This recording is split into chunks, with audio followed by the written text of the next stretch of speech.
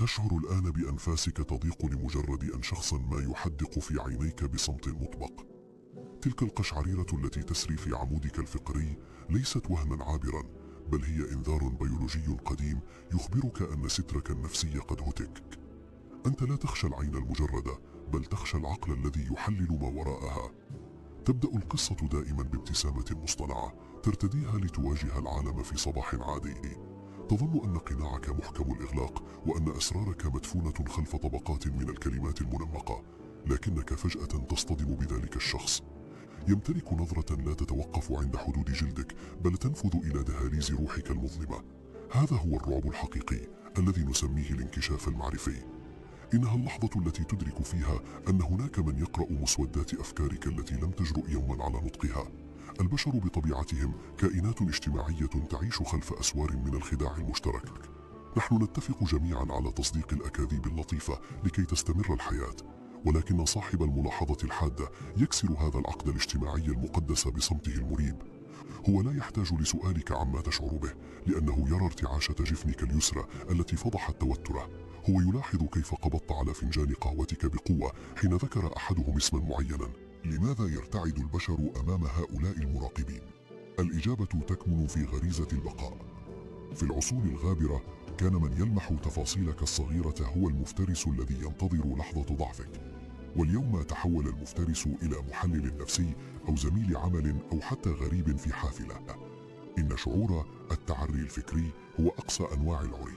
أنت تشعر أن أسلحتك الدفاعية قد تحولت إلى حطام أمام بصيرة لا ترحم. يخشى الناس أصحاب الملاحظة الحادة لأنهم يمثلون مرآة لا تكذب. نحن نقضي حياتنا في تجميل صورنا أمام أنفسنا، وحين نلتقي بشخص يرى الحقيقة المجردة فإننا نضطر لمواجهة قبحنا الذي حاولنا نسيانه. هذا اللقاء ليس مجرد تواصل بصري، بل هو معركة صامتة على السيادة. من يلاحظ أكثر هو من يمتلك السلطة الأعلى في الغرفة. تخيل أنك في اجتماع عمل مهم وتحاول إخفاء فشلك في مشروع ما خلف عرض تقديمي مبهر. الجميع يصفق لك إلا شخصا واحدا في الزاوية، عيناه تلاحقان حركة يدك المضطربة. هو يعلم أنك تكذب. هذا العلم يمنحه سطوة غير مرئية عليك. أنت تشعر بضغط هائل يجعلك ترغب في الصراخ أو الهروب. هذه هي آلية الدفاع الشعورية التي تتفعل تلقائيا لحماية الأقنعة. يبدأ دماغك في إفراز هرمونات التوتر، يتسارع نبضك، تشعر برغبة في مهاجمة هذا الشخص أو تسفيهه لكي تقلل من قيمة ملاحظاته. نكره من يعرفنا أكثر مما نعرف أنفسنا. نكره من يرى الثقوب في روايتنا المثالية. أصحاب الملاحظة الحادة يمتلكون ما نسميه الذكاء الإدراكي الفائق.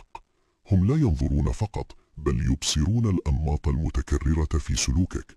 يدركون أن صمتك ليس دائما حكمة، بل قد يكون خوفا، وضحكتك ليست دائما سعادة، بل قد تكون سترا لخجل.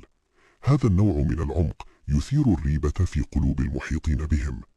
يتساءلون دائما عما يفعله هذا المراقب بكل تلك المعلومات. هل يجمع نقاط ضعفي ليبتزني يوما ما؟ هل يسخر مني في سره؟ الغموض الذي يحيط بالملاحظ الحاد يضاعف من هيبة الخوف. الصمت هو سلاحه الأكبر. بينما يتحدث الجميع لتغطية الفراغ، يكتفي هو بالاستماع والتحليل. يجمع القطع المبعثرة لشخصيتك ليبني صورة كاملة قد لا تعجبك أنت شخصيا. دعنا نغوص في كيمياء الخوف من الانكشاف.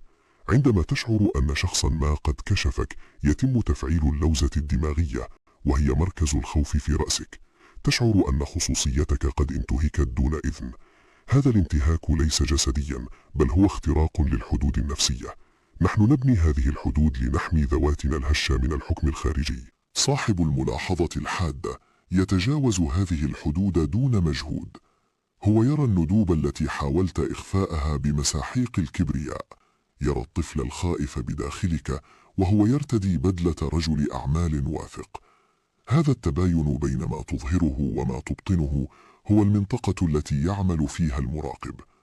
وكلما زاد الفارق بين القناع والحقيقة، زاد رعبك من الانكشاف. البشر يميلون لتمجيد الغباء الاجتماعي لأنه مريح. نحن نحب الأشخاص الذين يصدقون أعذارنا الواهية. نحب من يتجاهل زلات لساننا. لكننا ننبذ من يواجهنا بالحقيقة غير المنطوقة. صاحب الملاحظة الحادة غالبا ما يعيش في عزلة اختيارية أو مفروضة. الناس يبتعدون عنه ليس لأنه سيء، بل لأن وجوده متعب للأعصاب. هو يذكرهم دائما بمدى تزييفهم. هو يفسد عليهم متعة العيش في الأوهام. إن الخوف من هؤلاء الأشخاص هو في الحقيقة خوف من الذات. نحن نخشى أن يرى الآخرون ما نرفض نحن رؤيته في أنفسنا. انظر إلى لغة الجسد كخريطة كنز بالنسبة لهؤلاء. حركة بسيطة كمسح الجبين أو تعديل ربطة العنق قد تعني له مجلدا كاملا من التفسيرات. هم يدركون أن الجسد لا يكذب أبدا، حتى لو تدرب اللسان على الخداع لسنوات. هناك ما يسمى التسريبات غير المقصودة، وهي لحظات خاطفة تظهر فيها الحقيقة على الوجه قبل أن يستعيد العقل السيطرة. تستغرق هذه اللحظات أجزاء من الثانية. الشخص العادي لن يلاحظها، لكن صاحب الملاحظة الحادة يلتقطها، كما يلتقط الرادار طائرة معادية. هذه القدرة تجعله يبدو وكأنه يمتلك قوى خارقة أو قدرة على قراءة الأفكار، والحقيقة أنها مجرد تدريب عال على الانتباه للتفاصيل التي يغفل عنها الآخرون. في التاريخ كانت هذه الصفة سمة للقادة العظماء والجواسيس والفنانين، لكن في الحياة اليومية هي لعنة لصاحبها ومصدر قلق لغيره. المحيطون به يشعرون وكأنهم تحت المجهر في مختبر بيولوجي. لا أحد يحب أن يكون عينة للتجارب. الخوف يولد العدائية. لذلك تجد أن الناس يحاولون دائما تشويه صورة الشخص الدقيق الملاحظة، يصفونه بالمرتاب أو المعقد أو المتلصص. هذه كلها محاولات يائسة لتقليل شأنه وتحصين أنفسهم ضد اختراقاته المستمرة. تأمل معي سيناريو آخر. أنت تجلس في موعد غرامي أول، تحاول أن تبدو بأفضل صورة ممكنة، تتحدث عن إنجازاتك وطموحاتك، وفجأة يقطع الطرف الآخر حديثك ويقول لك ببرود: أنت تحاول بجهد كبير أن تنال إعجابي لأنك تخشى الرفض. في تلك اللحظة سيتوقف الزمن. ستشعر ببرودة تجتاح أطرافك. لقد تم تعريك تماما. لم تعد تلك الشخصية القوية التي كنت تحاول رسمها. لقد عدت مجرد إنسان ضعيف يبحث عن القبول. هذا هو جوهر الانكشاف المعرفي. هو يسقط كل الحواجز التي بنيتها بجهد لسنوات في ثانية واحدة. الصدمة النفسية هنا ليست في المعلومة بحد ذاتها، بل في حقيقة أن شخصا غريبا استطاع الوصول إليها بسهولة. هذا الخوف يتجذر في حاجة الإنسان للسيطرة. نحن نشعر بالأمان عندما نتحكم في المعلومات التي يعرفها الآخرون عنا. عندما يسلبنا أحدهم هذه السيطرة من خلال ملاحظته الحادة، فإننا نشعر بالعجز، والعجز هو أصل كل المخاوف البشرية. نحن نخشى أن يتم استخدام معرفتنا ضدنا. نخشى أن يتم الحكم علينا بناء على حقيقتنا لا على صورتنا المزيفة. صاحب الملاحظة الحادة هو تهديد دائم لسلامنا الوهمي. هو المحقق الذي لم نطلبه والقاضي الذي لم نعينه. إن آليات الدفاع التي تتفعل في هذه اللحظات تشمل الإنكار والغضب والانسحاب. قد تبدأ في كره هذا الشخص دون سبب واضح. السبب الحقيقي هو أنه رأى الكثير. لقد دخل إلى الغرفة المظلمة في عقلك وأشعل الضوء فجأة.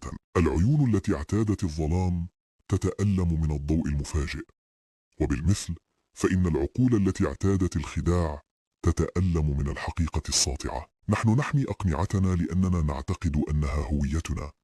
لا ندرك أن القناع قد التصق بالوجه لدرجة أن نزعه يسبب نزيفا. صاحب الملاحظة الحادة لا يبحث بالضرورة عن أخطائك. هو ببساطة لا يستطيع عدم الرؤية. بصره مدرب على التقاط التناقضات. هو يرى الفجوة بين قولك وفعلك، يرى الحزن الكامن